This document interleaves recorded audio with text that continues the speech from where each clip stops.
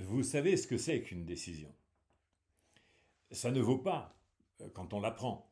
Ça ne vaut que quand elle est actée. Je vous remercie de venir m'écouter. Je vais vous parler de décision. Je m'appelle Jean-Louis Lascou. Sur le Monopoly de la vie, j'ai coché un grand nombre de cases. Je sais ce que c'est que l'engagement, les conflits et aussi la résolution des conflits. J'ai accompli ce que je n'aurais jamais imaginé. J'ai créé une nouvelle profession avec un ensemble d'organisations, la profession de médiateur. Sur ce sujet, j'ai écrit plusieurs ouvrages, développé de nombreuses formations, initié beaucoup de dispositifs qui font tous autorité. Et je vais vous dire quelque chose d'important. Si vous me suivez jusqu'au bout et que nous partageons globalement le même point de vue, nous allons pouvoir faire du chemin ensemble. J'ai pris une décision qui va changer ma vie. Depuis un an, j'observe l'inaptitude de l'équipe gouvernementale à accomplir la mission qui a été confiée à Emmanuel Macron par dépit face à la montée du nationalisme fasciste. Un modèle de management qui a bien inspiré les États-Unis et les écoles d'où sortent ceux qui, de nos jours d'ailleurs, s'échangent les postes de la gouvernance en France et dans le monde. Je vous invite donc, sur cette voie quelque peu difficile, de la réflexion et de la décision. La situation sanitaire réelle actuelle n'a rien à voir avec la situation politique créée. On nous avait affirmé que les caisses de l'État étaient si vides qu'il fallait solder à la spéculation privée toutes les structures de solidarité héritées de nos anciens. Nos impôts ne suffisaient pas à réjouir les gestionnaires. Les taxes payées par l'ensemble de la population ne compensaient jamais l'évasion fiscale organisée par les plus riches d'entre nous. Les pires violences policières ont mutilé des enfants de notre nation. Certains, scandalisés d'être houspillés, ont été tabassés, étranglés et même tués sur des trottoirs. Des usurpations de fonctions et des actes criminels ont été ostensiblement protégés par le premier magistrat de France. Maintenant, nous vivons tous dans des conditions de suspicion de délinquance. Chaque citoyen est susceptible d'être arrêté, vilipendé, amendé, voire violenté pour irrespect de règles de soumission et d'allégeance consistant à la mise à l'écart des autres. Depuis 12 longs mois, les relations humaines fondamentales sont empêchées et même criminalisées. Au prétexte d'un virus dont les médias traditionnels ont fait leur cœur d'actualité scénarisée, nous vivons une vie de restriction de nos libertés. L'État policier, qu'avait amorcé Giscard d'Estaing en 1974, est remis en place. Des lois sont votées à la sauvette, des décisions sont prises par des comités restreints piétinant toute forme, même illusoire, de démocratie. Il n'y a plus de débat au Parlement sur les aspects essentiels de la vie sociale, économique et politique.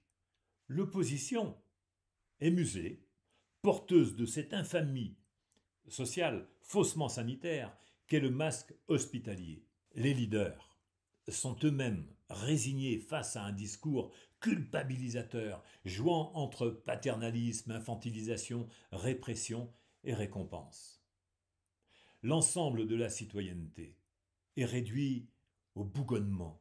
La culture est cantonnée, brimée, les initiatives commerciales sont délimitées, les commerces de convivialité interdits, les entreprises sont empêchées, des créations artistiques sont utilisées pour de la propagande, les salariés sont obligés d'utiliser des outils numériques.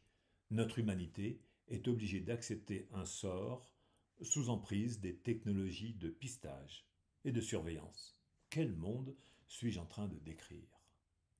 Plus que jamais, la recherche scientifique et les institutions garantissant l'éthique des professions médicales sont les jouets des activistes de la spéculation financière.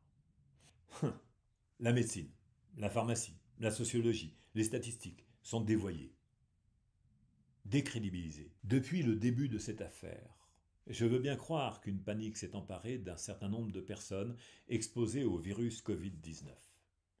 Ces personnes sont à l'origine d'une pandémie. Mais plutôt que de reconnaître leurs responsabilités, elles ont mis à l'index la population qui ne se serait pas suffisamment disciplinée. Pour être clair, Ces personnes sont des acteurs de la recherche pharmaceutique, des financiers et des relations politiciennes avec des militaires en charge de leur protection qui ont transmis ce virus. Toutes les études l'ont démontré. Ce sont les spécialistes de la recherche qui ont contaminé les personnes fragiles qu'ils ont comme clientèle. Ils n'assument pas cet état de fait, qui est leur responsabilité. Et ils continuent de sévir, notamment en préconisant des mesures qui les concernent en toute exclusivité. La population n'a été exposée qu'en raison des interactions avec ces personnes des environnements responsables. Il en a résulté une crise de l'intelligence. Toutefois, la réalité n'est au final grave que pour peu d'entre nous.